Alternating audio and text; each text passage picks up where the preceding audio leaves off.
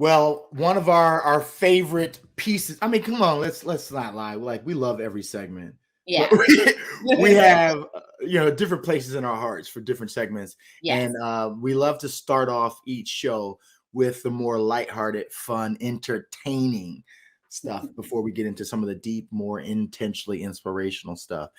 And we were talking as we were planning out this season, and I wanted to do some new segments. And a new one that we thought might be interesting is a segment where we talk about shows or movies that we think should exist Yeah.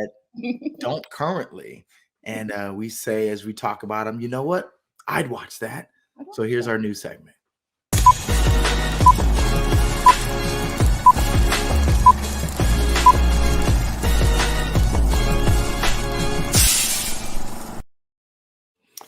So I was deep into my creative mode as we started thinking about shows that would work for this. And the first thing that came to my mind was actually inspired from She-Hulk. Now, I'm gonna tell y'all, if you haven't watched She-Hulk, this is major spoiler alert.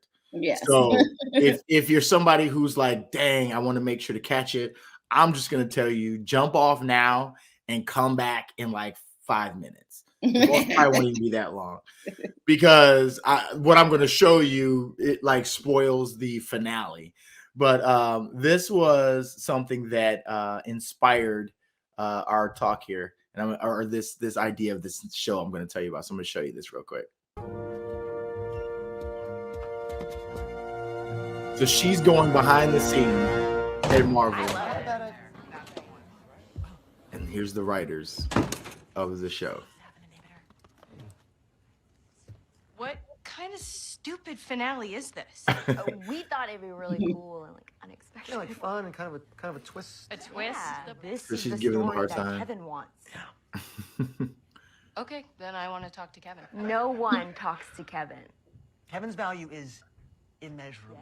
Okay? You'll never even get close to him. I would murder you to protect Kevin.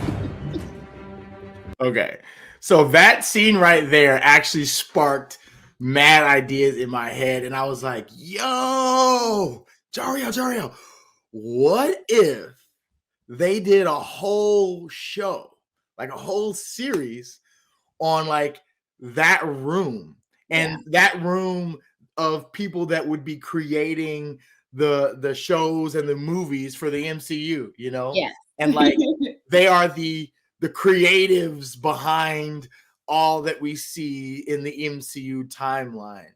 And I'm so like, I'd watch that. Right, exactly. And I was like, that's why this is perfect for this segment. So jumping off of that, I then started like I'm a dork. So I just straight up like was building this whole world in my head then. I was like, okay, so if that's this show, what would the premise be? So you've got this ensemble of characters, a lot like that room, with their different personalities and quirks, and kind of like an office meets community, or something like that, where they are every episode both bouncing ideas off of one another, the conflict, the debates that goes on in there, as well as we dive into a little bit of some of their characters' personal stories and what they do in these types of shows to kind of draw you into who they are. And then I started just thinking about like other ways that could really work, whereas the I like that. She said, Tammy goes, the room where it happens. Yeah. I kind of like that. We were actually debating like the actual name for this. I was calling it the writer's room. And then I wasn't going to share this, but then my brain, because I go too deep, I was like, but like, is that really real? Like, because they have a different like set of writers for every show and every movie, but like these could be the creatives that are thinking about all that stuff. So I like the room where it happens. That's actually kind of cool. But so then you could actually make this show work across the MCU as different movies and shows come out, like you drop episodes related to that. Kind of similar to how they did with Agents of Shield. Yeah. When that first came out, where they were like kind of little hints to this. Yeah. But what this could be is they could literally live in the Twitter sphere and look at all of the reactions to things that are going on that people are doing, and you're not spoiling anything with this. You can kind of do it like after stuff is released, and people are talking about it, and then now you show this episode or two or whatever where they're like breaking down the things that they could do in She-Hulk, and they're like, well, what if we actually didn't spend so much money on the CGI and instead like we had a bunch of cameos of people and like get some goofy stuff, and what if we get, you know what I mean, like, and then the stuff that people hate, they could have like people having a debate about it, and like we see how it ended up winning out in the end, you know. Yeah, I don't know, I thought that was interesting. So being full dork, I was like, what about the cast? Who can we get to play these different characters? So I thought, well, one kind of layup or a way that would actually be a nice tie-in to what's really real already is let's cast one of the characters as the woman who had, you know, multiple lines in that clip that we just showed. And I looked her up on IMDb because, like, who knows who she is? And her name is Eden Lee. And I think we got a little shot of her here. So Eden Lee could be one of the cast, and I gave them all names. So yes, I'm a dork. So she would be Rachel Black, and she is one who pretends to be all innocent, but she's actually sneaky and plotting, and she's probably going to be a villain type. You know, you got to have some villains. So she's out. She's kind of out to take down some people. And one of the people that she's going to be taking down or trying to take down, there's two kind of core stars here. I almost made this like a cast of all of like my favorite actors and actresses. And instead I was like, you know what? That's not realistic.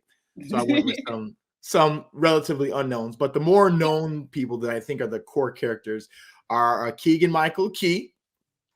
And you guys might know him from Key and Peele and some other things he's been in. He's actually in a show that I'm kind of watching right now called Reboot on Hulu. It's kind of funny. But he is going to be the kind of character who's one of the core characters, kind of almost like a Captain America type who's like high on integrity and wants, you know, everything to be done right. His name is Paul Stevens. I don't know why. They have names. They all have names. Yeah. And he's like the head creative for the squad.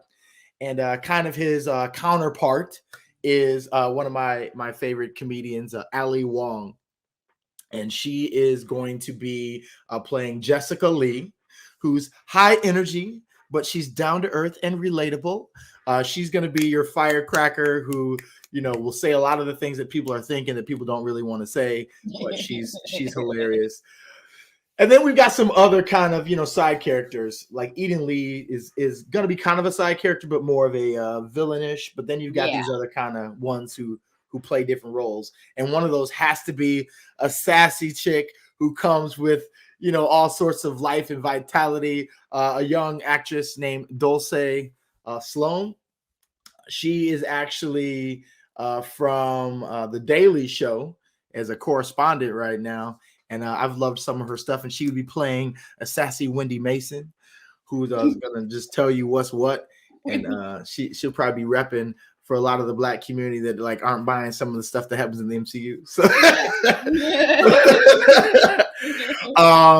and then, you know, core to my heart are the nerds. So repping for the nerds, we're going to have Martin Starr, who I fell in love with his character in Silicon Valley, who's snarky and, you know, a total dork, but he embraces that. And he's not ashamed to be that nerd. And he's going to be playing Carl Franks, who's going to, you know, I don't know. He's the guy who makes sure everything is comic book accurate for sure. Yeah. So, and he'll fight to the death and he might not always win, but that's his goal. And then you're going to have another relatable character, another one of my favorite comedians, Taylor Tomlinson. She is hilarious, and she's gonna be a sweet and awkward, kind of like this sweet chick from Iowa who, is just kind of funny and awkward, but embraces her awkward. And she'll be playing Becca Thomas. And to kind of round out this ensemble creative team, we'll have another comedian, Josh Johnson, who actually is playing himself. We're going to play it as though he actually has gotten a job as a writer on this show, and he's a comedian. So that makes sense. And he's actually really funny, but he's quirky and witty and kind of quiet, but I think it'll work great with this squad. And then the last piece I don't really consider part of the ensemble.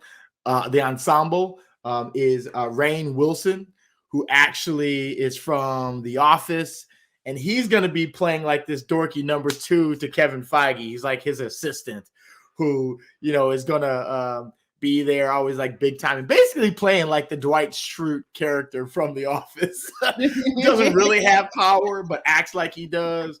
And is trying to come through and always say something, this and that. And he'll just have a random part from here and there, So Tammy, what she say? I like your part. Shaniqua Jenkins, girl from the hood with the charm Vaseline.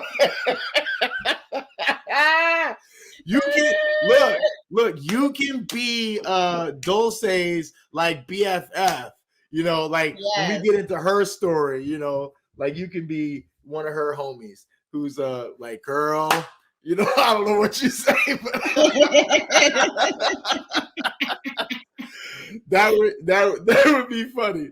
So hey, you guys in the comments, just like Tammy's doing, let me know if there's some other characters you think would work in there, or some holes that you'd like to poke with this idea that you don't think this would work or make sense, or just how you'd be vibing with that. But I think that would be a fun show that I would watch. So that's one. And I think we're going to do one more. We had 4 planned, but for the sake of time, we're going to do one more. I think it would be really fun. Let's see. Well, let's do you want to do the Rogue One prequel? Yeah, that would. Or do you want to do? Okay. I almost thought about. I won't say it if we're not going to do it. We can save that if we bring the episode or this back. Okay. So the idea came to me that it would be really cool in the same way that they did. Actually, you know what? No, this didn't come to me. I saw somebody say this online, and I was like, yes. So I'm not going to try to take credit for this. So right now they've got Andor going, and we already talked about that on our What Are We Watching segment, I think in episode 1 of this season. Yeah. But now that's sparked this thought of what if there was a similar show. So for those who don't know, Andor was a character, Cassian Andor, in a show called, or a movie called Rogue One. He was one of the main characters. And spoiler alert, they die.